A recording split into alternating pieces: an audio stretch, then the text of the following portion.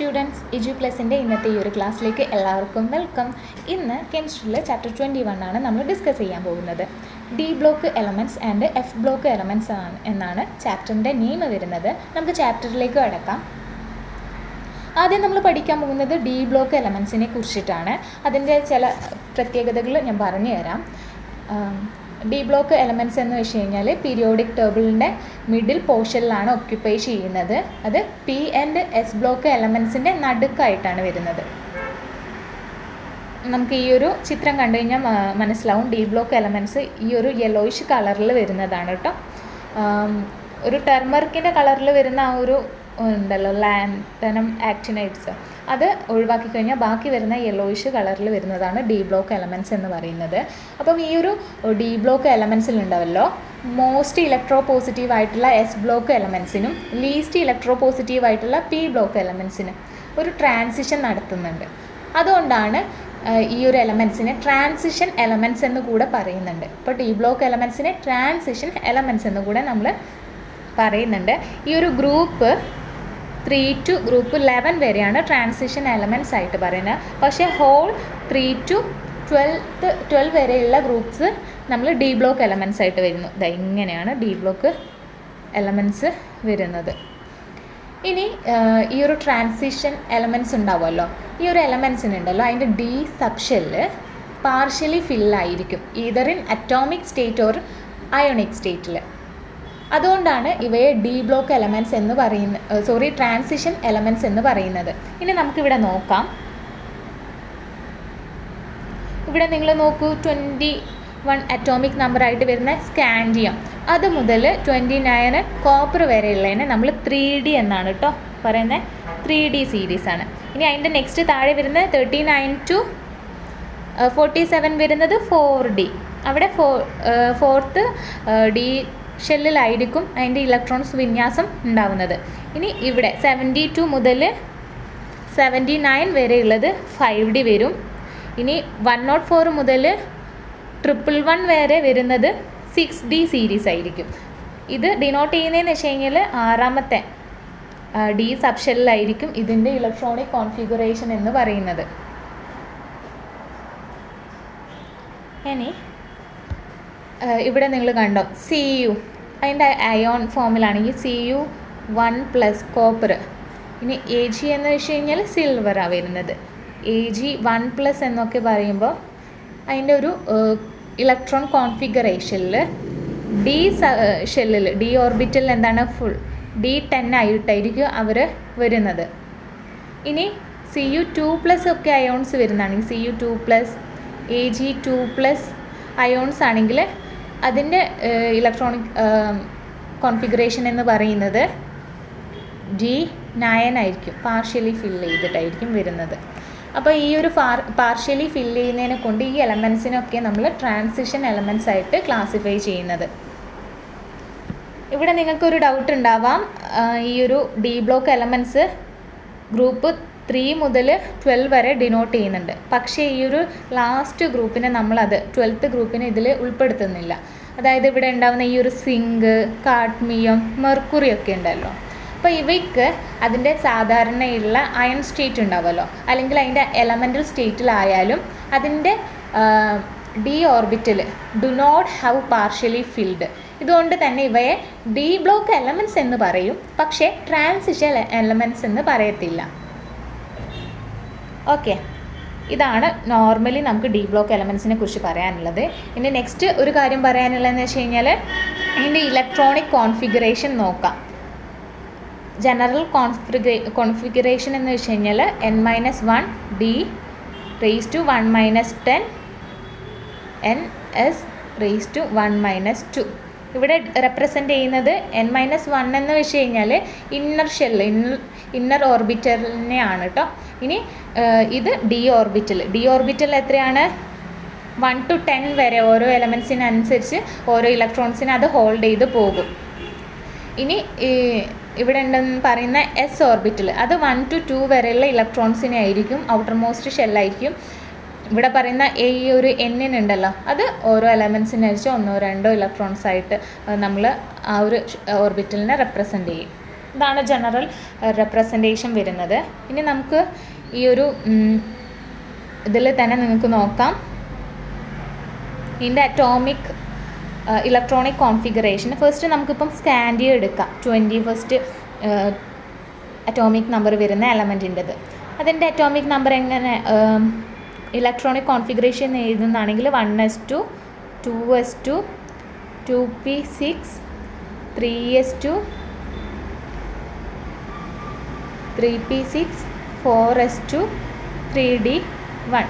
ഇവിടെ നിങ്ങൾ നോക്കൂ, ഇവിടെ ലാസ്റ്റ് ടൈം കൊണ്ട് 4s2 കഴിഞ്ഞിട്ടാണ് ഞാൻ 3d എഴുതിയിരിക്കുന്നത്. അത് നമ്മളുടെ അഫ്ബോ പ്രിൻസിപ്പിൾ യൂസ് ചെയ്തിട്ടാണ് കേട്ടോ. ആ ഒരു അഫ്ബോ പ്രിൻസിപ്പിളിൽ പറയുന്നുണ്ട് അതെങ്ങനെയാണ് ഓരോ എനർജി ലെവൽസിൽ നമ്മൾ ഓരോ എലമെൻസിനനുസരിച്ച് ഫില്ല് ചെയ്ത് പോകേണ്ടതെന്ന്. അത് മനസ്സിലാക്കിയിട്ട് ഇലക്ട്രോണിക് കോൺഫിഗറേഷൻ എല്ലാവർക്കും എഴുതാൻ അറിയണം കേട്ടോ. അത് പഠിക്കേണ്ടത് അത്യാവശ്യം തന്നെയാണ്. ഇവിടെ നിങ്ങൾ നോക്കൂ, ലാസ്റ്റ് നമ്മുടെ 3D ഓർബിറ്റൽസിനെ കുറിച്ചിട്ടാണ് നമുക്കിവിടെ പറയേണ്ടത്. ഇവിടെ ഡി ഓർബിറ്റലിൽ 1 പാർഷ്യലി ആണ് ഫില്ല് ചെയ്തിരിക്കുന്നത്, 1 ഇലക്ട്രോൺ ആണ് ഉള്ളത്. ഇനി അപ് ടു 29 വരെ എഴുതുന്നതാണെങ്കിൽ 29 അല്ല. ആൻഡ് സെക്കൻഡ് തിങ് എന്ന് വെച്ച് കഴിഞ്ഞാൽ 4s2 ഇത് 21 ആണ് വരുന്നത്. ഇനിയിപ്പം 22 ആണെങ്കിൽ എന്തായിരിക്കും എഴുതുന്നത്? രണ്ടാമത്തെ ടൈറ്റാനിയത്തിലാണെങ്കിൽ നമുക്കിവിടെ വരുന്നത് 3d2 ആയിരിക്കും വരുന്നത്. ഇനിയിപ്പോൾ 23ാമത്തെ അറ്റോമിക് നമ്പർ ആണെങ്കിൽ 3d3 ആയി. ഇനി 24ാമത്തേതാണെങ്കിൽ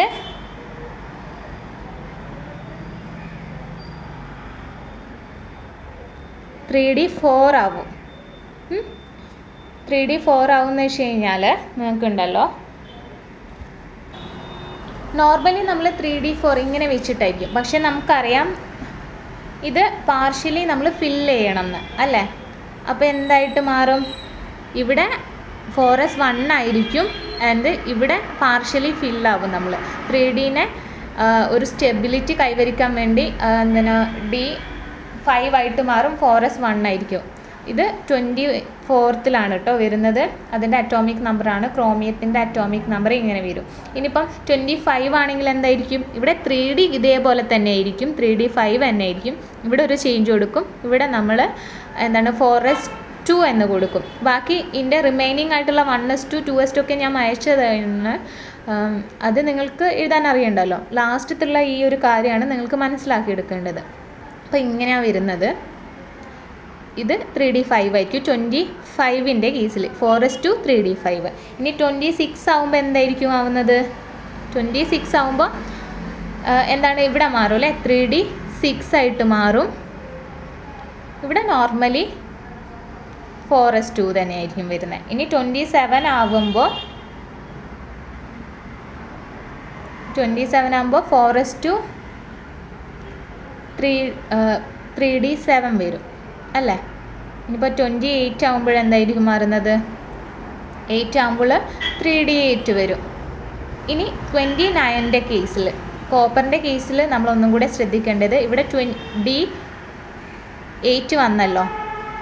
അപ്പോൾ നമ്മൾ പാർഷ്യലി ഇനി നെക്സ്റ്റ് കോപ്പറിൻ്റെ കേസിൽ അത് D10 ആക്കാനായിരിക്കും നോക്കുന്നത്.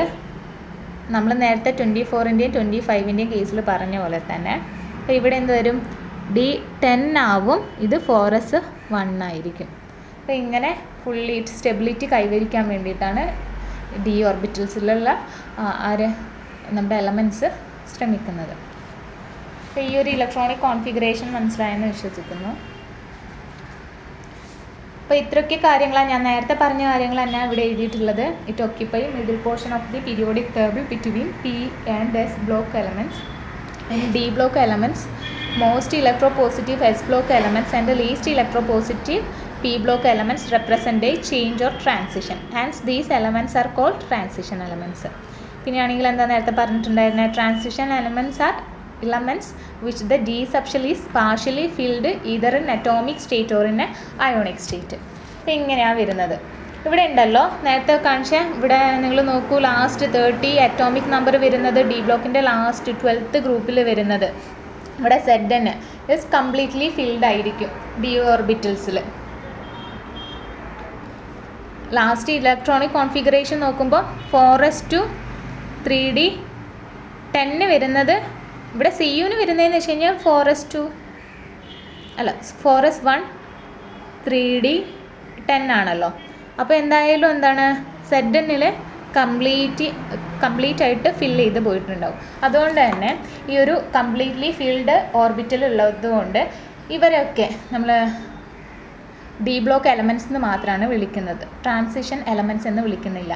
It's in this we clear that it doesn't fit the definition of the transition elements. അതായത് ഹാഫ് ഫിൽഡ് അല്ല, ഇത് ഫുള്ളി ഫിൽഡ് ആണ്.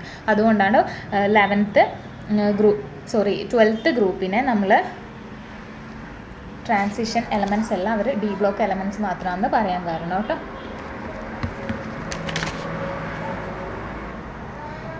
ഇനി നെക്സ്റ്റ് നമുക്ക് നോക്കാം അതിൻ്റെ ഫിസിക്കൽ പ്രോപ്പർട്ടീനെ കുറിച്ചിട്ടാണ്. All the transition elements have typical metallic structure except mercury which is liquid at room temperature. എല്ലാ ട്രാൻസിഷൻ എലമെൻറ്റ്സിനും ഒരു മെറ്റാലിക് സ്ട്രക്ചറാണ് വരുന്നത്. എന്തൊഴിച്ച്? നമ്മുടെ മെർക്കുറി Hg ഒഴിച്ചിട്ട് ബാക്കി എല്ലാത്തിനും. കാരണം റൂം ടെമ്പറേച്ചറിൽ ലിക്വിഡ് സ്റ്റേറ്റിലായിരിക്കും മെർക്കുറി ഉണ്ടാകുന്നത്. എല്ലാവർക്കും അറിയില്ല മെർക്കുറി എങ്ങനെ ഉണ്ടാകുന്നതെന്ന്, ലിക്വിഡിലാണല്ലേ. ബാക്കിയൊക്കെ എലമെൻറ്റ്സും മെറ്റാലിക് സ്ട്രക്ചറിലായിരിക്കും. And these elements show melting and boiling point. എന്താണ്? High melting and boiling point കാണിക്കുന്നുണ്ട്. ഇപ്പോൾ ഇവിടെ മെൽറ്റിംഗ് പോയിൻ്റ് ഒരു എബോവ് 1356 കെൽവിൻ്റെ മുകളിലായിരിക്കും ഉണ്ടാകുന്നത്. അതായത് 1356 മുകളിൽ ലഭിച്ചാൽ മാത്രമേ ഈ ഒരു ഇത്തരം എലമെൻറ്റ്സ്, ട്രാൻസിഷൻ എലമെൻറ്റ്സ് മെൽറ്റ് ആവത്തുള്ളൂ. അപ്പോൾ ഈ ഒരു മെൽറ്റ് ആവുന്നതിന് കാരണം എന്താണ്? അതിൻ്റെ small atomic size and strong interatomic bond തന്നെയാണ് ഇതിന് കാരണമാവുന്നത്. ഇനി നിങ്ങളിവിടെ നോക്കൂ, അറ്റോമിക് റേഡിയനെ കുറിച്ച് പറഞ്ഞു. കുറച്ച് മുൻപേ നമ്മൾ പറഞ്ഞത് ഫിസിക്കൽ പ്രോപ്പർട്ടിയാണ്. ഇനി രണ്ടാമതായി പറയുന്നത് അറ്റോമിക് റേഡിയ.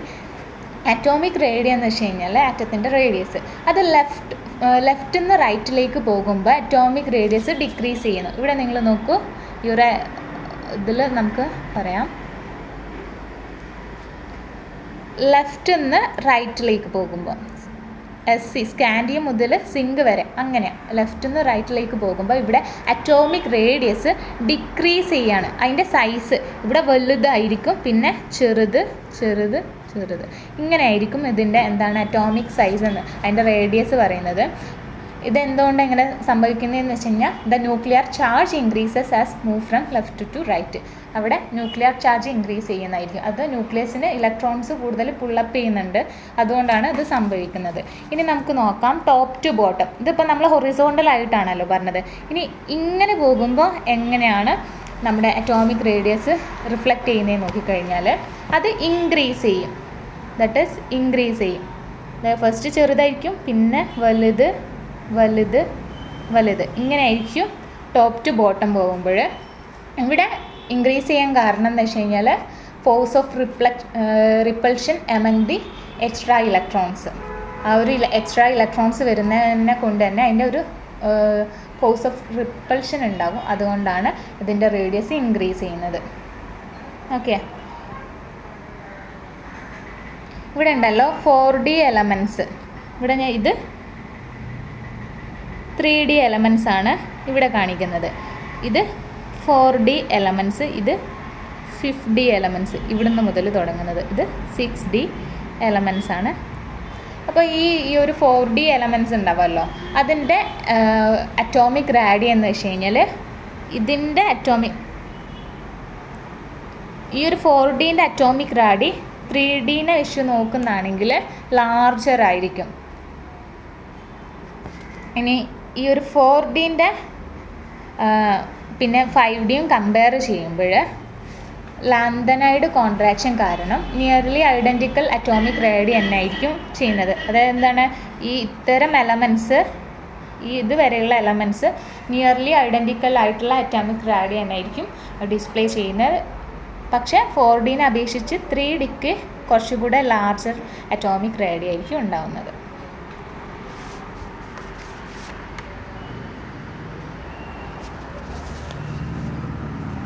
ഇനി നമ്മൾ പറയുന്നത് നെക്സ്റ്റ് അതിൻ്റെ ക്യാരക്ടറിസ്റ്റിക് പ്രോപ്പർട്ടിയാണ്. ഫസ്റ്റ് വേരിയബിൾ ഓക്സിഡേഷൻ സ്റ്റേറ്റ് ആണ് അതിന് വരുന്നത്. കാരണം transition മെറ്റൽസിന് exhibit variable oxidation state by losing അല്ലെങ്കിൽ gaining electrons to form ions with different charges. ഒന്നെങ്കിൽ ഇലക്ട്രോൺസിനെ ലോസ് ചെയ്തുകൊണ്ടോ അല്ലെങ്കിൽ ഗെയിൻ ചെയ്തുകൊണ്ടോ വേരിയബിൾ ഓക്സിഡേഷൻ സ്റ്റേറ്റ് ഈ ഒരു ട്രാൻസിഷൻ എലമെൻറ്റ്സ് കാണിക്കുന്നുണ്ട്. ഇതിന് കാരണം പാർഷ്യലി ഫില്ലായിട്ടുള്ള ഡി ഓർബിറ്റൽസ് തന്നെയാണ്. ഇലക്ട്രോൺ ഷെൽ ഈ ഒരു എലമെൻസിനെ ഡിഫറെൻറ്റ് ഓക്സിഡേഷൻ വരുന്ന ഒരു റേഞ്ച് ഓഫ് അയോൺസ് ആയിട്ട് ഫോം ചെയ്യിപ്പിക്കുന്നുണ്ട്. താഴെ തന്നിരിക്കുന്നത് അതിൻ്റെ എക്സാമ്പിളാണ് കൊടുത്തിട്ടുള്ളത്. ടൈറ്റാനിയം ആണെങ്കിൽ ഡിഫറെൻ്റ് ആയിട്ട് +2, +3, +4 ഓക്സിഡേഷൻ സ്റ്റേറ്റ് കാണിക്കുന്നത്. അതേപോലെ തന്നെ വനേഡിയം, ക്രോമിയം, മാംഗനീസും അയോണൊക്കെ ഇതൊക്കെ കാണിക്കുന്ന ഷോ ചെയ്യുന്ന വേരിയബിൾ ഓക്സിഡേഷൻ സ്റ്റേറ്റിൻ്റെ ഒരു ടേബിളാണ് നിങ്ങൾക്കിപ്പോൾ കാണാൻ പറ്റുന്നത്.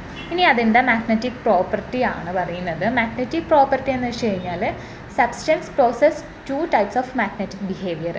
2 തരത്തിലാണ് വരുന്നത്. ഒന്ന് പാരാമാഗ്നറ്റിക് ആൻഡ് ഡയാമാഗ്നറ്റിക്. അതിൽ ഡയാമാഗ്നറ്റിക് എന്ന് വെച്ച് കഴിഞ്ഞാൽ ഒരു അപ്ലൈഡ് മാഗ്നറ്റിക് ഫീൽഡിൽ ഒന്നെങ്കിൽ ദർ ആർ റിപ്പൽഡ് അല്ലെങ്കിൽ അൺഅഫക്റ്റഡ് ആയിട്ട് നിൽക്കുന്ന എലമെൻസിനെയാണ് ഡയാമാഗ്നറ്റിക് എന്ന് പറയുന്നത്. ഇനി അപ്ലൈഡ് ഇലക്ട്രിക് ഫീൽഡിൽ അട്രാക്റ്റഡ് ആയിട്ട് നിൽക്കുന്ന എലമെൻസിനെ പാരാമാഗ്നറ്റിക് എലമെൻറ്റ്സ് എന്ന് പറയും. ഇതാണ് അതിൻ്റെ മാഗ്നറ്റിക് പ്രോപ്പർട്ടി എന്ന് പറയുന്നത്. ഡീറ്റെയിൽ ആയിട്ടൊന്നും പറയുന്നില്ല, ജസ്റ്റ് ഞാനൊന്ന് പറഞ്ഞു വെക്കുന്നതേ ഉള്ളൂ.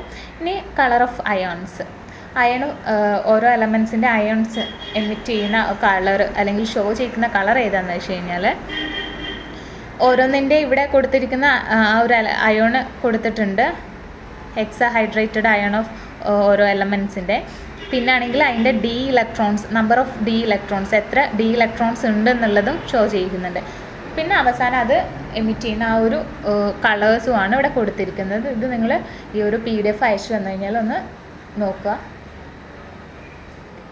ഇനി നെക്സ്റ്റ് നമ്മൾ പറയുന്നത് ഇമ്പോർട്ടൻറ്റ് കോമ്പൗണ്ട്സ് ഓഫ് ട്രാൻസിഷൻ എലമെൻസിനെയാണ്. ഈ ഒരു ട്രാൻസിഷൻ എലമെൻസിൻ്റെ 2 ഇമ്പോർട്ടൻറ്റ് ഇതിനെക്കുറിച്ചിട്ടാണ് നമ്മൾ പറയുന്നത്. പൊട്ടാഷ്യം ഡൈക്രോമേറ്റിനെ കുറിച്ചിട്ട് പറയുന്നുണ്ട്.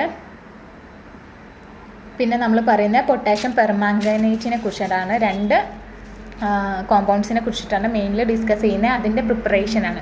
അപ്പോൾ ഇതൊക്കെ പഠിക്കുന്നതിന് മുൻപ് ഒരു ചെറിയൊരു കാര്യം നിങ്ങൾ അറിയണം. കാറ്റലിറ്റിക് പ്രോപ്പർട്ടീസ് എന്ന് വെച്ച് കഴിഞ്ഞാൽ എന്താണ്? നമ്മളിപ്പം കാറ്റലിറ്റിക് പ്രോപ്പർട്ടി ഉണ്ടാവുമല്ലോ, അത് വേരിയബിൾ ഓക്സിഡേഷൻ സ്റ്റേറ്റിനനുസരിച്ചാണ് ഈ ഒരു കാറ്റലിറ്റിക് ആക്ടിവിറ്റി ഡി ബ്ലോക്ക് എലമെൻസിൽ ഒക്കർ ചെയ്യുന്നത്.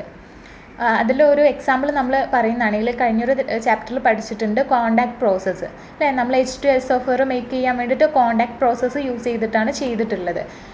അവിടെ യൂസ് ചെയ്തത് എന്താണ്? വനേഡിയം പെൻഡോക്സൈഡ് ആണ്, V2O5 എന്ന് പറയുന്നത്. അവിടെ പ്രവർത്തിച്ചിട്ടുള്ള കാറ്റലിസ്റ്റാണ് വനേഡിയം.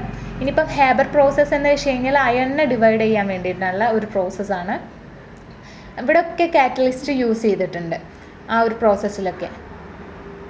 സോ ഇവിടെ ഞാനിപ്പം പറഞ്ഞ കാറ്റലിസ്റ്റ് എന്ന് അല്ലെങ്കിൽ കാറ്റലിസിസ് എന്ന് വെച്ച് കഴിഞ്ഞാൽ എന്താണെന്നാണ് നോക്കേണ്ടത്. ഒരു കെമിക്കൽ റിയാക്ഷനിൽ അതിൻ്റെ റേറ്റ് ഇൻക്രീസ് ചെയ്യാൻ ആഡ് ചെയ്യുന്ന സബ്സ്റ്റൻസിനെയാണ് നമ്മൾ കാറ്റലിസ്റ്റ് എന്ന് പറയുന്നത്. ഈ ഒരു സബ്സ്റ്റൻസ് ഉണ്ടല്ലോ, അത് റിയാക്ഷനിൽ ഏർപ്പെടുന്നില്ല, പക്ഷേ ആഫ്റ്റർ റിയാക്ഷന് റിമെയിൻ അൺഎഫക്റ്റഡ് ആയിട്ട് നിലനിൽക്കുന്നുണ്ട്. അതിൻ്റെ റേറ്റ് ഒന്ന് ഇൻക്രീസ് ചെയ്യാൻ വേണ്ടിയിട്ട് ജസ്റ്റ് ഒന്ന് ആഡ് ചെയ്യുന്നതെന്ന് മാത്രമേ ഉള്ളൂ. ആ ഒരു റിയാക്ഷനിൽ അത് പങ്കെടുക്കുന്നില്ല, ഇൻവോൾവ് ചെയ്യുന്നില്ല, അതിൻ്റെ ആഫ്റ്റർ എഫക്റ്റ് ഒന്നും ഉണ്ടാവുന്നില്ല. ഇനി നെക്സ്റ്റ് നമ്മൾ നോക്കുന്നത് പൊട്ടാഷ്യം ഡൈക്രോമാറ്റിനെ കുറിച്ചിട്ടാണ്. ഡൈക്രോമാറ്റ് എന്ന് വെച്ച് കഴിഞ്ഞാൽ നമ്മുടെ ഈ ഒരു ഡി ബ്ലോക്ക് എലമെൻസിൻ്റെ ഒരു കോമ്പൗണ്ടായിട്ട് വരുന്നതാണ്. K2Cr2O7 എന്നാണ് അതിൻ്റെ കെമിക്കൽ നെയിം വരുന്നത്. K2Cr2O7. ഓക്കെ, ഇനി അതിൻ്റെ പ്രിപ്പറേഷൻ എന്തെന്ന് നോക്കാം. ആദ്യം ഫസ്റ്റ് ഒരു മിനറൽ ക്രോമൈറ്റ് എടുക്കും, FeOCr2CO3. ഫസ്റ്റ് മെറ്റീരിയലായിട്ട് എടുക്കുന്നത് ഇതാണ്, മിനറൽ ക്രോമൈറ്റിനെയാണ്. ഇപ്പോൾ ഇവിടെ ഉണ്ടാവുമല്ലോ ഈ ഒരു ഡൈക്രോമൈറ്റിൻ്റെയും അല്ലെങ്കിൽ ക്രോമൈറ്റ്സിൻ്റെ എല്ലാം മാനുഫാക്ചറിങ് ടൈമിൽ ഇനീഷ്യൽ അല്ലെങ്കിൽ ഫസ്റ്റ് മെറ്റീരിയലായിട്ട് എടുക്കുന്നത് ഈ ഒരു മിനറൽ ക്രോമൈറ്റ്സിനെ തന്നെയാണ്. ഈ ഒരു ഇക്വേഷൻ നിങ്ങൾ നോക്കുന്നതാണെങ്കിൽ ലാർജ് സ്കെയിൽ പ്രൊഡക്ഷനിൽ വേണ്ടി ബൾക്കായിട്ട് ഉണ്ടാക്കാൻ വേണ്ടിയിട്ടാണ് ഈ ഒരു റിയാക്ഷൻ ഉണ്ടാക്കുന്നത്. ഇതിൻ്റെ ഫസ്റ്റ് സ്റ്റെപ്പിൽ ക്രോമൈറ്റിനെ റോസ്റ്റ് ചെയ്യുന്നുണ്ട്. ഇതാണ് നമ്മുടെ ക്രോമൈറ്റ് വരുന്നത്, അതിനെ റോസ്റ്റ് ചെയ്യുന്നുണ്ട്. അപ്പം ഈ ഒരു മെറ്റീരിയൽ യൂസ് ചെയ്തിരിക്കുന്നത് അതുകൊണ്ടാണ്. അപ്പം പിന്നീട് അതും എന്താണ് സോഡിയം ക്രോമേറ്റും ലിക്വിഡ് ക്വിക്ലൈമുമായിട്ടാണ് അത് എന്താണ് റിയാക്ഷനിൽ വരുന്നത്. ഇനി ഫൈനലി നമുക്ക് അതിൻ്റെ റിയാക്ഷനിൽ കിട്ടുന്ന പ്രൊഡക്ട്സ് ആയിട്ട് വരുന്നത് പൗഡേർഡ് ആയിട്ടുള്ള ക്രോമേറ്റ് മിക്സ്ചറാണ്. അത് എയറിൻ്റെ പ്രസൻസിലാണ് ഉണ്ടാവുന്നത്. ഫർണസ് വെച്ചിട്ട് നമ്മളതിനെ ചൂടാക്കുന്നുണ്ട്. ഓക്കെ, അപ്പോൾ ഇവിടെ ക്വിക്ലൈമാണ് നമ്മൾ എന്താണ് ബൈ പ്രൊഡക്റ്റ് ഇവിടെ ചേർക്കുന്നുണ്ട്. ഒരു ക്വിക്ലൈം ഉണ്ടല്ലോ, അത് ആ ഒരു സ്റ്റെപ്പ് നമ്മൾ കൊടുത്തിട്ടില്ല. നെക്സ്റ്റ് ആ ഒരു സ്റ്റെപ്പിൽ നമ്മൾ പറയുന്നതെന്ന് വെച്ചാൽ ക്വിക്ലൈം ഈ ഒരു ഇതിൻ്റെ മിക്സ്ചർ പോറസ് മെൽറ്റ് ആവുന്നതിൽ നിന്ന് പ്രിവെൻറ്റ് ചെയ്യുന്നുണ്ട്. ഈ ഒരു ആഫ്റ്റർ ഈ ഒരു പ്രോസസ്സിൻ്റെ പ്രൊഡക്റ്റായിട്ട് സോഡിയം ക്രോമേറ്റ് നമുക്ക് കിട്ടുന്നു. അതാണ് ഈ ഒരു സോഡിയം ക്രോമേറ്റ് വരുന്നത്, Na2CrO4. പിന്നെ നമുക്ക് വരുന്നത് എന്താണ് ബൈ പ്രോഡക്റ്റായിട്ട് വരുന്നത് കാർബൺ ഡൈ ഓക്സൈഡാണ് അല്ലേ, CO2 8CO2 ആൻഡ് ഫെറിക് ഓക്സൈഡും കിട്ടുന്നുണ്ട്. അതാണ് നമ്മുടെ ഫസ്റ്റ് പ്രൊഡക്റ്റായിട്ട് വരുന്നത്. ഇപ്പോൾ ഇവിടെ നിങ്ങൾ നോക്കൂ, ഇവിടെ sodium chromate water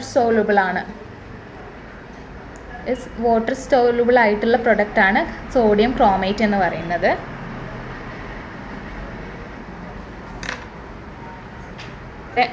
കാണിക്കുന്നുണ്ടല്ലോ,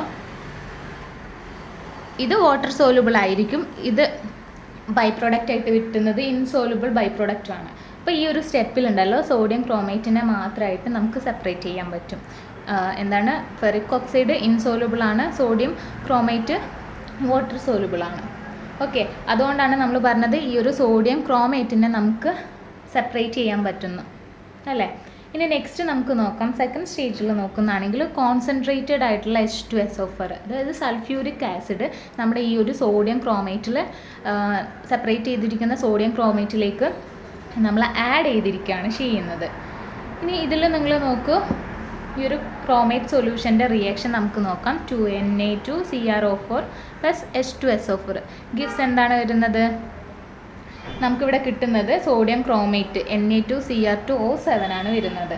is formed and also sodium സൾഫേറ്റും അതിൻ്റെ ബൈ പ്രൊഡക്റ്റ് ആയിട്ട് വരുന്നുണ്ട്, സോഡിയം സൾഫേറ്റ് ക്രിസ്റ്റൽസ്. പക്ഷേ ഈ ഒരു ക്രിസ്റ്റൽ ഫോം ചെയ്ത് കഴിഞ്ഞാലുണ്ടല്ലോ അത് നമ്മൾ ക്രിസ്റ്റലൈസ് ചെയ്യുന്നുണ്ട്, അതിനെ നമ്മൾ റിമൂവ് ചെയ്യുന്നുണ്ട്. ഓക്കെ, പിന്നെ നമുക്ക് വാട്ടറും കിട്ടുന്നുണ്ട് കേട്ടോ. ഇനി നെക്സ്റ്റ് നമുക്ക് നോക്കുന്നത് തേർഡ് സ്റ്റെപ്പിൽ നോക്കുന്ന ഒരു hot saturated solution of sodium dichromate ആണ് സോഡിയം ഡൈക്രോമേറ്റ് വരുന്നത്. അത് പൊട്ടാഷ്യം ക്ലോറൈഡുമായിട്ട് നമ്മൾ KCl മിക്സ് ചെയ്ത് കഴിഞ്ഞാൽ റിയാക്ഷനിൽ നമുക്ക് ആ ഒരു റിയാക്ഷനാണ് ഇവിടെ കാണിക്കുന്നത്. ഇതിൽ പ്രൊഡക്റ്റായിട്ട് വരുന്ന NaCl ഉണ്ടല്ലോ, സോഡിയം ക്ലോറൈഡ്, അത് ഫസ്റ്റ് നമ്മൾ സെപ്പറേറ്റ് ചെയ്യും. ആ ഒരു സെപ്പറേറ്റ് ചെയ്ത് കഴിഞ്ഞാൽ നെക്സ്റ്റ് പൊട്ടാഷ്യം ഡൈക്രോമേറ്റ് ആണ് ഉണ്ടാകുന്നത്. അപ്പോൾ ഈ ഒരു ഡൈക്രോമേറ്റ് എന്ന് വെച്ച് കഴിഞ്ഞാൽ ഗാർനറ്റ് റെഡ് ട്രൈക്ലിനിക് ക്രിസ്റ്റലായിട്ടാണ് മാറുന്നത്.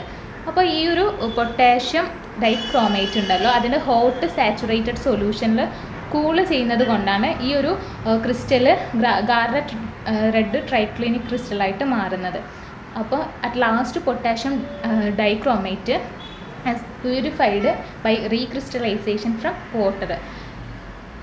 അതായത് ഈ ഒരു പൊട്ടാഷ്യം ഡൈക്രോമേറ്റ് എന്താണ്, ഇവിടെയുള്ള പൊട്ടാഷ്യം ഡൈക്രോമേറ്റ് ഉണ്ടല്ലോ അത് വാട്ടർ സോലുബിൾ ആണ്, മീൻസ് അതുകൊണ്ടാണ് അതിനെ റീക്രിസ്റ്റലൈസ് ചെയ്ത് പോകുന്നത്. അപ്പോൾ ഇതാണ് നമ്മുടെ പൊട്ടാഷ്യം ഡൈക്രോമേറ്റിൻ്റെ പ്രിപ്പറേഷൻ വരുന്നത്. ബൾക്കായിട്ടാണ് ഇത് പ്രിപ്പയർ ചെയ്യുന്നത്. ഇനി നെക്സ്റ്റ് അതിൻ്റെ ഫിസിക്കൽ പ്രോപ്പർട്ടീനെ കുറിച്ചിട്ടാണ് നമുക്ക് പറയാനുള്ളത്. ഫിസിക്കൽ പ്രോപ്പർട്ടി എന്ന് വെച്ചാൽ it is highly soluble in hot വാട്ടറിൽ ഹൈലി സോലുബിൾ ആയിരിക്കും potassium dichromate, and moderately soluble in called വാട്ടറിൽ മോഡറേറ്റ്ലി സോലുബിൾ ആണ്. ഇപ്പോൾ ഹോട്ട് വാട്ടറിൽ ഹൈലി സോലുബിൾ ആവാൻ കാരണം കൊണ്ടാണ് നമുക്ക് എന്താ റീക്രിസ്റ്റലൈസേഷൻ വഴി പൊട്ടാഷ്യം ഡൈക്രോമേറ്റിനെ പ്യൂരിഫൈ ചെയ്തെടുക്കാൻ പറ്റുന്നത്. It forms orange red prismatic crystals. Orange റെഡിലായിരിക്കും ക്രിസ്റ്റൽസ് നമ്മൾ എന്താണ് ഫോം ചെയ്യുന്നത്, ആ ഒരു പൊട്ടാഷ്യം ഡൈക്രോമാറ്റ്. അതിൻ്റെ മെൽറ്റിംഗ് പോയിൻ്റ് എന്ന് വെച്ച് കഴിഞ്ഞാൽ 696 കെൽവിൻ ആയിരിക്കും വരുന്നത്. ഇതാണ് ഫിസിക്കൽ പ്രോപ്പർട്ടി. ഇനിയിപ്പോൾ അതിൻ്റെ കെമിക്കൽ പ്രോപ്പർട്ടി നമ്മൾ നോക്കുന്നതാണെങ്കിൽ പൊട്ടാഷ്യം ഡൈക്രോമേറ്റ് ഉണ്ടല്ലോ, അതിൽ ക്രോമിയം പ്ലസ്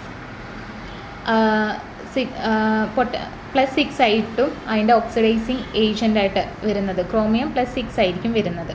അപ്പം ഇതൊരു ആക്റ്റീവായിട്ടുള്ള ഒരു പവർഫുൾ ഓക്സിഡൈസിങ് ഏജൻ്റ് ആണ് കേട്ടോ. ഈ ഒരു റീസൺ കൊണ്ട് തന്നെ it is used as A primary standard in volumetric analysis.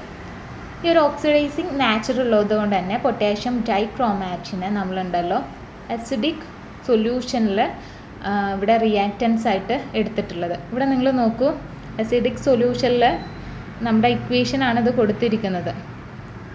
Potassium dichromate നമ്മുടെ സൾഫ്യൂരിക് ആസിഡുമായിട്ട് റിയാക്ട് ചെയ്യുന്നത്. ഇതിൻ്റെ പ്രൊഡക്റ്റായിട്ട് ക്രോമിയം സൾഫേറ്റ് ആണ് നമുക്ക് കിട്ടുന്നത്, പ്ലസ് പൊട്ടാസ്യം സൾഫേറ്റും കിട്ടുന്നുണ്ട്.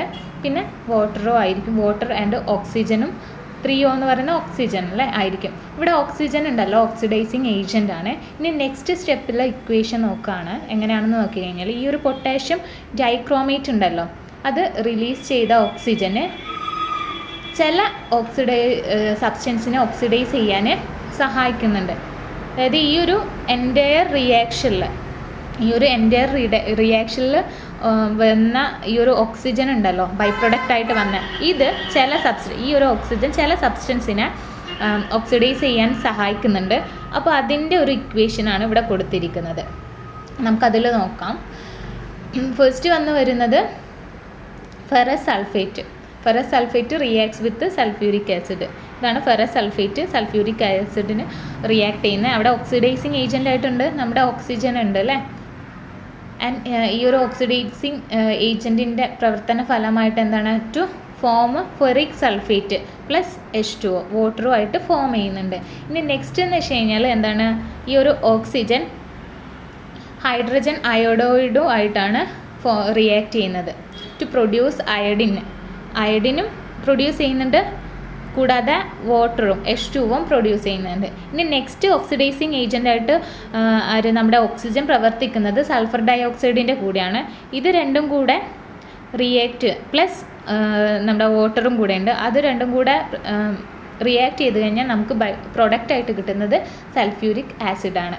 അപ്പോൾ ഇതാണ് ഈ ഒരു ഓക്സിജൻ്റെ ബാക്കിയുള്ള സബ്സ്റ്റൻസിൽ വരുന്ന ഓക്സിഡൈസിങ് പ്രോപ്പർട്ടി എന്ന് വെച്ച് കഴിഞ്ഞാൽ നമുക്ക് ഈ ഒരു കെമിക്കൽ റിയാക്ഷനിൽ പൊട്ടാഷ്യം പെർമാംഗനേറ്റിൻ്റെ കെമിക്കൽ റിയാക്ഷനിൽ കിട്ടുന്ന ബൈ പ്രൊഡക്റ്റ് ആയിട്ടുള്ള ഓക്സിജൻ വെച്ചിട്ട് മറ്റ് സബ്സ്റ്റൻസിൻ്റെ ഇത് ഓക്സിഡൈസ് ചെയ്യാൻ വേണ്ടിയിട്ട് യൂസ് ചെയ്യുന്നുണ്ട്.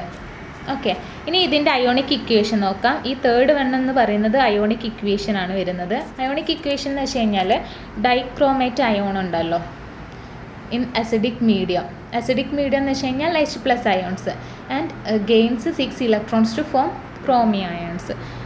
അതായത് ഈ ഒരു ഡൈക്രോമേറ്റ് അയോൺസ് അസിഡിക് മീഡിയം ആണ് ഈ H+ എന്ന് പറയുന്നത്. ദാറ്റ് ഈസ് ഇവിടെ ഹിയർ 14H+. അത് അസിഡിക് മീഡിയം ആയിട്ട് റിയാക്ട് ചെയ്യുമ്പോൾ എന്താണ് 6 ഇലക്ട്രോൺസിനെ ഗെയിൻ ചെയ്യുന്നുണ്ട് അല്ലേ. ആൻഡ് ഫോംന്ന് നമുക്ക് എൻ്റെ 2Cr3+ ആൻഡ് 7H2 ആണ് നമുക്ക് പ്രൊഡക്റ്റായിട്ട് കിട്ടുന്നത്. ഹെൻസ് ഇനി ഫെറസ് സൾഫേറ്റ് ഉണ്ടാവല്ലോ, ഒരു ഫെറസ് അയോണിൻ്റെ റെഡ്യൂസിങ് ആക്ഷൻ എന്തെന്ന് വെച്ച് കഴിഞ്ഞാൽ ഇതാണ് ഫെറസ് അയോണിൻ്റെ റെഡ്യൂസിങ് ആക്ഷൻ എന്ന് വെച്ച് കഴിഞ്ഞാൽ ഇവിടെ ഫെറസ് അയോണ് Fe2+, ഇതാണ് നമ്മുടെ ഫെറസ് അയോണ്. ഒരു Fe2+ അയോൺസ് ഒരു ഇലക്ട്രോൺസിനെ നഷ്ടപ്പെടുന്നു and to form ferric ion. എന്താണ് ഫെറസ് അയോണ് ഒരു ഇലക്ട്രോണിനെ നഷ്ടപ്പെട്ടപ്പോൾ അത് ഫെറിക് അയോണായിട്ട് Fe3+ ആയിട്ട് മാറുന്നുണ്ട്. അതിൻ്റെ ഒരു കെമിക്കൽ ഇക്വേഷനാണ് ഇവിടെ കൊടുത്തിട്ടുള്ളത്. ഇനി നെക്സ്റ്റ് സ്റ്റെപ്പിൽ ഈ ഇലക്ട്രോൺസിനെ ബാലൻസ് ചെയ്യാൻ വേണ്ടിയിട്ടുള്ള ഒരു ഇക്വേഷനാണ് കൊടുത്തിരിക്കുന്നത്. ഏതാണ് നമ്മുടെ ഈ ഒരു രണ്ട് ഇക്വേഷനെയും നേരത്തെ ചെയ്തിരിക്കുന്ന രണ്ട് ഇക്വേഷനെയാണ് നമ്മൾ ബാലൻസ് ചെയ്യാൻ വേണ്ടിയിട്ട് യൂസ് ചെയ്യുന്നത്. ദാറ്റ് ഈസ്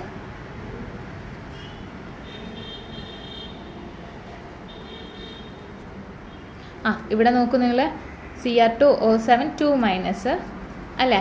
അതിൻ്റെ അയോണിക് ഇക്വേഷനും ഉണ്ട്. ഇതാണ് അയോണിക് ഇക്വേഷനായിട്ട് വരുന്നത്.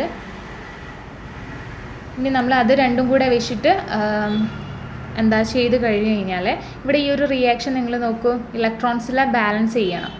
ഇലക്ട്രോൺസിനെ ബാലൻസ് ചെയ്യാൻ വേണ്ടിയിട്ട് സെക്കൻഡ് ഇക്വേഷൻ, ഇതാണ് ഫസ്റ്റ് ഇക്വേഷൻ. ഈ ഒരു സെക്കൻഡ് ഇക്വേഷനെ നമ്മളെന്താ 6 വെച്ചിട്ട് മൾട്ടിപ്ലൈ ചെയ്ത്, ഇവിടെ ഓൾറെഡി 6 ഉണ്ട്, സോ ഇവിടെ നമ്മളൊരു 6 യൂസ് ചെയ്തു, 6 കൊണ്ട് മൾട്ടിപ്ലൈ ചെയ്ത് എന്നിട്ട് അതിനെ കമ്പൈൻ ചെയ്യുമ്പോൾ ലാസ്റ്റ് നമുക്ക് കിട്ടുന്ന ആൻസറാണ് ഈ വരുന്നത്.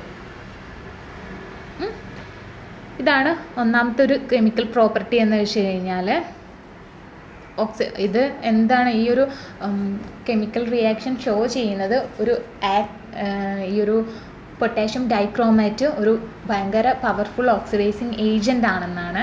പിന്നെ അതിൻ്റെ രണ്ടാമത്തെ പോയിൻ്റ് എന്ന് പറയുകയാണെന്നുണ്ടെങ്കിൽ കെമിക്കൽ പ്രോപ്പർട്ടിയിൽ രണ്ടാമത്തെ പോയിൻ്റ് ക്രോമേറ്റ് അല്ലെങ്കിൽ ഡൈക്രോമേറ്റ് ഉണ്ടാവല്ലോ, അത് സൊല്യൂഷനിലേക്ക് കോൺസെൻട്രേറ്റഡ് H2SO4 ആഡ് ചെയ്ത് കഴിഞ്ഞാൽ റെഡ് കളേർഡ് സൊല്യൂഷന് ഫോം ചെയ്യുന്നതാണ്. ഈ ഒരു സൊല്യൂഷനെ നമ്മൾ ക്രോമിക് ആസിഡ് എന്നാണ് പറയുന്നത്. ഇതും ഒരു പവർഫുൾ ഓക്സിഡൈസിങ് ഏജൻ്റ് ആണ് വരുന്നത്. ഇനി മൂന്നാമത്തെ കെമിക്കൽ പ്രോപ്പർട്ടി എന്ന് വെച്ച് കഴിഞ്ഞാൽ ഈ ന്യൂട്രൽ അക്വസ് സൊല്യൂഷനിൽ ഡൈക്രോമേറ്റ് അയോൺസ് ഇക്വിലിബ്രിയം വിത്ത് ക്രോമേറ്റ് അയോൺസ്. ന്യൂട്രൽ അക്വസ് സൊല്യൂഷനിൽ എന്തായിരിക്കും, ഡൈക്രോമേറ്റ് അയോൺസ് ക്രോമേറ്റ് അയോൺസ് ആയിട്ട് ഇക്വിലിബ്രിയത്തിലായിരിക്കും എന്നാണ് പറയുന്നത്. അപ്പോൾ ഇത്രയാണ് പൊട്ടാഷ്യം ഡൈക്രോമേറ്റിൻ്റെ കെമിക്കൽ പ്രോപ്പർട്ടി എന്ന് പറയുന്നത്. ഇനി നെക്സ്റ്റ് നമ്മൾ നോക്കുന്നത് പൊട്ടാഷ്യം പെർമാംഗനേറ്റ്, രണ്ടാമത്തെ കോമ്പൗണ്ടാണ് ഈ ഒരു ഡി ബ്ലോക്ക് എലമെൻസിൽ. ഇനി ഇതിൽ നമുക്ക് നോക്കാം, KMnO4 എന്നാണ് കേട്ടോ പൊട്ടാഷ്യം പെർമാംഗനേറ്റിന് പറയുന്നത്. അതിൻ്റെ കെമിക്കൽ നെയിം വരുന്നത് KMnO4. ഇതിൽ നേരത്തെ സ്റ്റാർട്ടിംഗ് മെറ്റീരിയലായിട്ട് നമുക്ക് എന്തുണ്ടായിട്ടുണ്ട്, ആ ഒരു പൊട്ടാഷ്യം ഡൈക്രോമേറ്റിൽ നമുക്ക് നമ്മൾ എടുത്തിട്ട് ഇരിക്കുന്നത് H2SO4 എടുത്തിട്ടുണ്ട്. കൂടാതെ ഇവിടെ സ്റ്റാർട്ടിംഗ് മെറ്റീരിയലായിട്ട് നമ്മൾ എടുക്കുന്നത് KMnO4 ഈസ് പൈറോലിസൈറ്റ് ആണ്. ഇത് എയറിൻ്റെ പ്രസൻസിൽ പൈറോലിസ്റ്റിക് സോഡിയം ഹൈഡ്രോക്സൈഡ് ആയിട്ട് ഫ്യൂസ് ചെയ്ത് എന്താണ് ഡാർക്ക് ഗ്രീൻ ഒരു സൊല്യൂഷൻ പൊട്ടാസ്യം മാംഗനേറ്റ് കൊടുക്കുന്നുണ്ട്. ഓക്കെ, ഇവിടെ നമുക്ക് കിട്ടുന്നത് നമ്മുടെ MnO2, അതായത് MnO2 plus potassium hydroxide gives potassium manganate plus water നമുക്ക് പ്രൊഡക്റ്റായിട്ട് വരുന്നുണ്ട്. അറ്റ് ലാസ്റ്റ് ഈ ഒരു ഡാർക്ക് ഗ്രീന്, ഇതിന് എന്തായിരിക്കും ഡാർക്ക് ഗ്രീൻ കളറായിരിക്കും കേട്ടോ വരുന്നത്. ഈ ഒരു ഡാർക്ക് ഗ്രീൻ ആയിട്ടുള്ള മാസ് ഓഫ് പൊട്ടാഷ്യം മാംഗനേറ്റ് നമുക്ക് കിട്ടുന്നുണ്ട്. ഈ ഒരു നെക്സ്റ്റ് കൺവേർഷൻ എന്ന് വെച്ച് കഴിഞ്ഞാൽ potassium manganate to potassium permanganate ആണ്. പൊട്ടാഷ്യം മാംഗനേറ്റ് ടു പൊട്ടാഷ്യം പെർമാംഗനേറ്റിൽ ചെയ്യുമ്പോൾ നമ്മൾ ഈ ഒരു ഗ്രീൻ കളറായിട്ടുള്ള കോൺസെൻട്രേറ്റഡ് പൊട്ടാഷ്യം മാംഗനേറ്റ് ഉണ്ടല്ലോ, അതെന്താ ഒന്നെങ്കിൽ ഹീറ്റ് ചെയ്യുക അല്ലെങ്കിൽ അത് വാട്ടർ യൂസ് ചെയ്തിട്ട് ഡൈല്യൂട്ട് ചെയ്യുക. അപ്പോൾ ഇവിടെ ഗ്രീൻ കളറ് മാറിയിട്ട് പിങ്ക് കളറായിട്ട് ഫോം ചെയ്യുന്നുണ്ട്. അപ്പോൾ അതിൻ്റെ ഒരു ഇക്വേഷനാണ് ഇവിടെ കൊടുക്കുന്നത്. ഇത് ഡൈല്യൂട്ട് ചെയ്യുന്ന H+ അയോൺസ് അതിനെയാണ് ഇത് ഗ്രീൻ കളർ മാറിയിട്ട് എന്താണ് പിങ്ക് കളറായിട്ട് മാറുന്ന ഒരു റിയാക്ഷനാണ് ഇവിടെ കൊടുത്തിരിക്കുന്നത്. ഇത് അതിൻ്റെ O2 ആയിട്ട് നമുക്ക് കിട്ടിയ പൊട്ടാഷ്യം മാംഗനേറ്റിനെ റിയാക്ട് ചെയ്യുമ്പോൾ കിട്ടുന്നതാണ് പൊട്ടാഷ്യം മാംഗനേറ്റ് എന്നാണ് പിന്നീട് നമുക്ക് കിട്ടുന്നത് കേട്ടോ. ചെറിയൊരു പ്രിപ്പറേഷനാണ് ഇതിൽ വരുന്ന, ഈ ഒരു ഇക്വേഷൻ മാത്രം പഠിച്ചേക്കാം.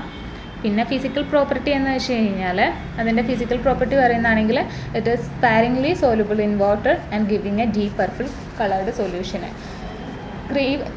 ഗ്രീൻ പർപ്പിൾ കളേർഡ് സൊല്യൂഷനാണ് ഇതിൻ്റെ ഫിസിക്കൽ പ്രോപ്പർട്ടീസിൽ പറയുന്നത്. ഇനി ഇതിൻ്റെ കെമിക്കൽ പ്രോപ്പർട്ടി എന്താണെന്ന് വെച്ച് കഴിഞ്ഞാൽ ഇതിന് 3 മീഡിയം വരുന്നുണ്ട്. അസിഡിക് ഉണ്ട്, ന്യൂട്രൽ മീഡിയം ഉണ്ട്, ആൻഡ് ആൽക്കലൈൻ മീഡിയം ഉണ്ട്. അതിൽ ഓരോന്ന് എന്താണെന്ന് നോക്കാം. ഫസ്റ്റ് വരുന്നത് അസിഡിക് മീഡിയം ആണ്. ഈ ഒരു പൊട്ടാഷ്യം പെർമാംഗനേറ്റ് ഉണ്ടല്ലോ, അതൊരു പവർഫുൾ ഓക്സിഡൈസിങ് ഏജൻ്റ് ആണ്. അതുകൊണ്ട് തന്നെ acidic and neutral alkaline solution ഇത് ഡിഫറെൻറ്റ് ആക്ഷനാണ് കാണിക്കുന്നത്. ഇനി അസിഡിക് സൊല്യൂഷൻ്റെ കേസിൽ നമ്മൾ നോക്കുന്നതാണെങ്കിൽ പൊട്ടാഷ്യം മാംഗനേറ്റ് KMnO4 MnO4- അയോൺസിനെ കണ്ടെയ്ൻ ചെയ്യുന്നുണ്ട്. ഈ ഒരു MnO4- അയോൺസ് ഉണ്ടാവുമല്ലോ, അത് പവർഫുൾ ഓക്സിഡൈസിങ് ഏജൻ്റ് ആണ് വരുന്നത്. അസിഡിക് മീഡിയത്തിലാകുമ്പോൾ ഇത് that is presence of H+ ions ആണ് അസിഡിക് മീഡിയം കൊണ്ട് ഉദ്ദേശിക്കുന്നത്. അസിഡിക് മീഡിയം ആണെങ്കിൽ H+ അയോൺസ് അല്ലേ.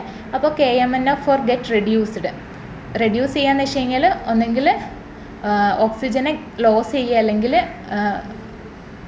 ഓക്സിജൻ ആറ്റം ലോസ് ചെയ്യുക അല്ലെങ്കിൽ ഇലക്ട്രോൺസിനെ ഗെയിൻ ചെയ്യാമെന്നാണ് ആ ഒരു KMnO4 റെഡ്യൂസ് ചെയ്യാമെന്ന് പറയുന്നത്.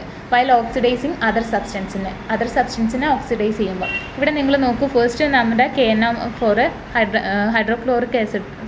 സൾഫ്യൂരിക് ആസിഡുമായിട്ട് റിയാക്ട് ചെയ്യുമ്പോൾ K2SO4 ആൻഡ് MnSO4 3H2 കിട്ടുന്നുണ്ട് നമുക്ക്. ഇവിടെ നിങ്ങൾ നോക്കൂ, എൻ്റെ നെക്സ്റ്റ് റിയാക്ഷനിലാണ് ഞാൻ നേരത്തെ പറഞ്ഞ ഓക്സിഡൈസിങ് റിയാക്ഷൻ പറയുന്നത്. ഇവിടെ MnO4- എന്ന് വരച്ച് കഴിഞ്ഞാൽ പർപ്പിൾ കളറിലാണ്. ഇത് Mn2+ ആയിട്ട് ഇലക്ട്രോൺസിനെ ഗെയിൻ ചെയ്തുകൊണ്ട്, അതായത് 5 ഇലക്ട്രോൺസിനെ ഗെയിൻ ചെയ്തുകൊണ്ട് അസിഡിക് സൊല്യൂഷനിൽ Mn2+ അയോൺസ് ആയിട്ട് റെഡ്യൂസ് ചെയ്യുന്നുണ്ട്. ഓക്കെ, ഇവിടെ H+ അയോൺസ് ആണ് ഈ ഒരു ഇക്വേഷൻസിൽ ഓക്സിജൻ ആറ്റംസിനെ ബാലൻസ് ചെയ്ത് H2O, ഇവിടെ 4H2O നമുക്ക് ബൈ പ്രൊഡക്റ്റ് ആയിട്ട് കിട്ടുന്നല്ലോ. ഇതിന് കാരണം H+ അയോൺസ് ആണ് കേട്ടോ. ഈ ഒരു ഇക്വേഷൻ ബാലൻസ് ചെയ്യാൻ വേണ്ടിയിട്ടാണ് ഇതെന്താണ് H2O ബൈ പ്രൊഡക്റ്റ് ആയിട്ട് ഫോം ചെയ്യുന്നത്.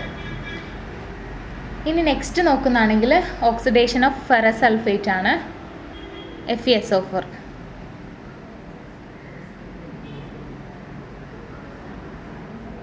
ഈ ഒരു ഫെറസ് സൾഫേറ്റിൻ്റെ ഓക്സിഡേഷൻ ആണ് നമ്മൾ നോക്കുന്നത്.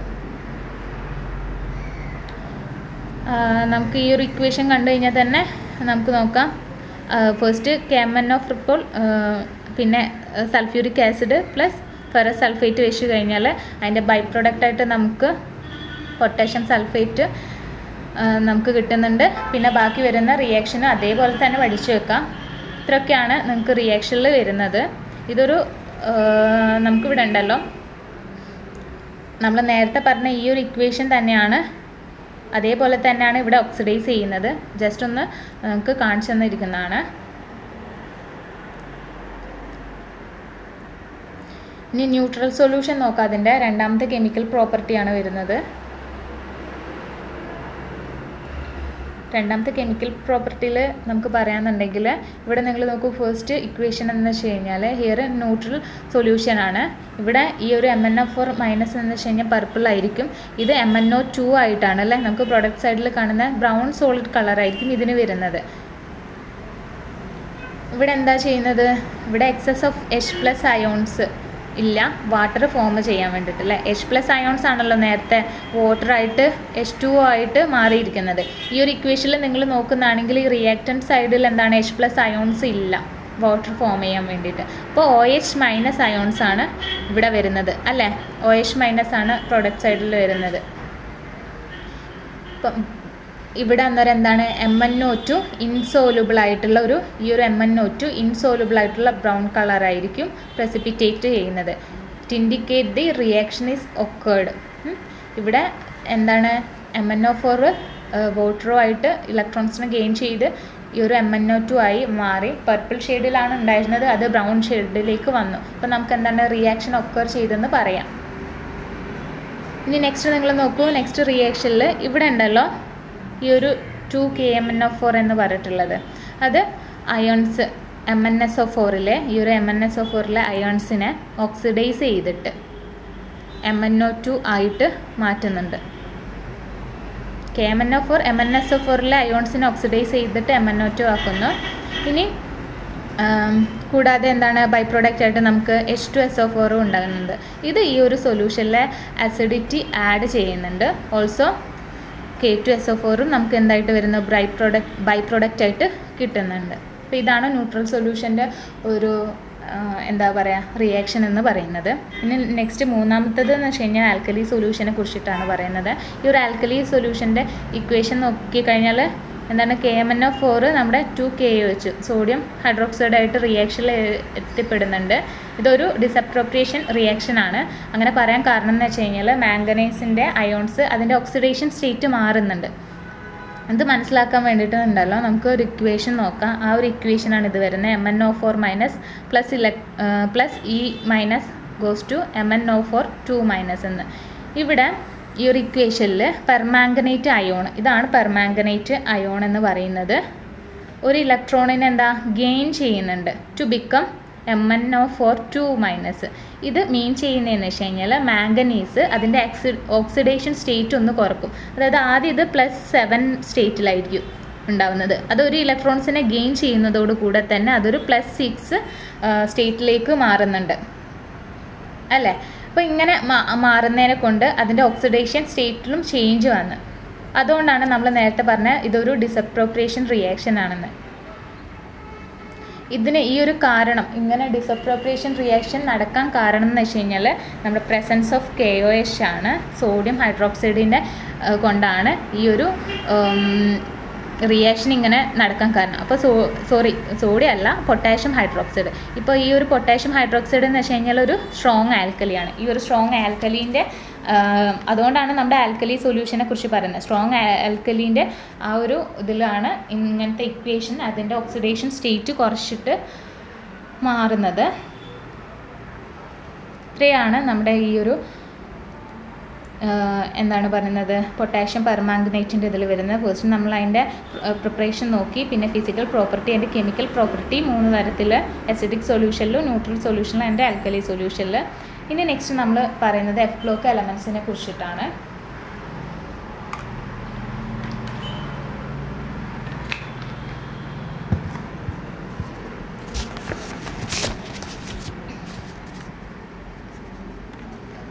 എന്ന് വെച്ച് കഴിഞ്ഞാൽ എഫ് ഓർബിറ്റലിൽ ഇലക്ട്രോൺസ് ഫില്ല് ചെയ്യുന്ന എലമെൻസിനെയാണ് F ബ്ലോക്ക് എലമെൻസ് എന്ന് പറയുന്നത്. ഈ ഒരു ചിത്രത്തിൽ നിങ്ങൾക്ക് കാണാം, യെലോയിഷ് ആയിട്ട് വരുന്നതാണ് F ബ്ലോക്ക് എലമെൻസ്. ഈ ഒരു ഇലക്ട്രോൺസ് എലമെൻസിന് ഉണ്ടല്ലോ 1 to 14 വരെയുള്ള ഓർബിറ്റ്സിൽ, അതിൽ F ഓർബിറ്റലിൽ D ഓർബിറ്റലിലുമായിട്ടായിരിക്കും അതിൻ്റെ പെനൾട്ടിമേറ്റ് എനർജി ലെവലിലായിരിക്കും ഇത് ഉണ്ടാവുന്നത്. ഇതിൻ്റെ ഔട്ടർ മോസ്റ്റ് ഓർബിറ്റലിലും എന്തായിരിക്കും ഈ ഒരു F ബ്ലോക്ക് എലമെൻസ് കാണാൻ പറ്റുന്നത്. 2 സീരീസാണ് ഈ ഒരു F ബ്ലോക്ക് എലമെൻസിൽ വരുന്നത്. F ബ്ലോക്ക് എലമെൻസിൽ ഒന്ന് 4Fഉം 5Fഉം ആയിട്ടാണ് വരുന്നത്. This is 4F and this is the 5F series. 4F എങ്ങനെയാണ് വരുന്നത്? 58 മുതൽ LU 71 വരെയുള്ള എലമെൻസിനാണ് 4F സീരീസ് എന്ന് പറയുന്നത്. നേരത്തെ 4D സീരീസ് നമ്മൾ കണ്ടല്ലോ, അതേപോലെ തന്നെയാണ് ഇവിടെ വരുന്നത് 4Fഉം 5Fഉം. 5F എന്ന് വെച്ച് കഴിഞ്ഞാൽ 90 to 103 വരെയുള്ളതിനാണ് 5F സീരീസ് എന്ന് പറയുന്നത്. ഈ ഒരു F ഓർബിറ്റലിൽ there are 14 elements filling up the F orbital in each series. 14 elements ഉണ്ടാവും. നിങ്ങൾക്ക് തന്നെ നോക്കിയാൽ അറിയാം, 2, 4, 6, 8, 10, 12, 14. അപ്പോൾ 14 എലമെൻറ്റ്സ് 2 സീരീസിലായിട്ട് ഉണ്ടാവും, ഫില്ലപ്പ് ചെയ്തിട്ടുണ്ട്. ഇനി പീരിയോഡിക് ടേബിളിൽ നോക്കുന്നതാണെങ്കിൽ placed separately at the bottom of the periodic table 2 subset ഉണ്ട് അല്ലേ, 6th and 7th പീരീഡിലായിട്ടുള്ള. അതാണ് ആക്റ്റിനോയിഡ്സും ലാന്തനോയിഡ്സും, ഈ 2 സംഭവങ്ങൾ വരുന്നത്. ലാന്തനോയിഡ്സും ആക്റ്റിനോയിഡ്സും വരുന്നത്. അപ്പോൾ ഇനി അതിനെക്കുറിച്ച് നമുക്ക് പറയാം. ഞാൻ നേരത്തെ പറഞ്ഞ കാര്യങ്ങളാണ് ഇവിടെ ഒന്ന് ഡിസ്ക്രൈബ് ചെയ്തിരിക്കുന്നത്. നിങ്ങളൊന്ന് PDF കിട്ടിക്കഴിഞ്ഞാൽ വായിക്കാം. ഇനി നമ്മൾ മെയിനായിട്ട് പറയാൻ പോകുന്നത് ലാന്തനൈഡ്സിനെ കുറിച്ചിട്ടും ആക്റ്റിനൈഡ്സിനെ കുറിച്ചിട്ടുമാണ്. ലാന്തനൈഡ്സ് എന്ന് വെച്ച് കഴിഞ്ഞാൽ first series of elements are called lanthanides. ഇത് includes elements with atomic numbers beginning from 57. നമ്മൾ നേരത്തെ പറഞ്ഞിട്ടുണ്ടല്ലോ.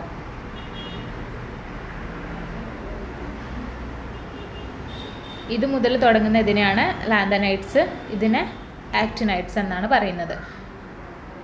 57 മുതൽ തുടങ്ങുന്ന അപ് ടു 71 വരെ, ആൻഡ് 89 മുതൽ തുടങ്ങുന്നതിനാണ് 89 മുതൽ 103 വരെ ഉള്ളതിന് എന്താ പറയുന്നത്? ആക്റ്റിനൈഡ്സ് എന്നാണ് പറയുന്നത്. ഇത് ഓരോന്നും എന്താണെന്ന് നോക്കാം നമുക്ക്. ലാന്തനൈഡ്സ് ഞാൻ നേരത്തെ പറഞ്ഞു, the first series of elements are called lanthanides include elements with atomic numbers beginning from 57 and ending at 71. These elements are non-radioactive.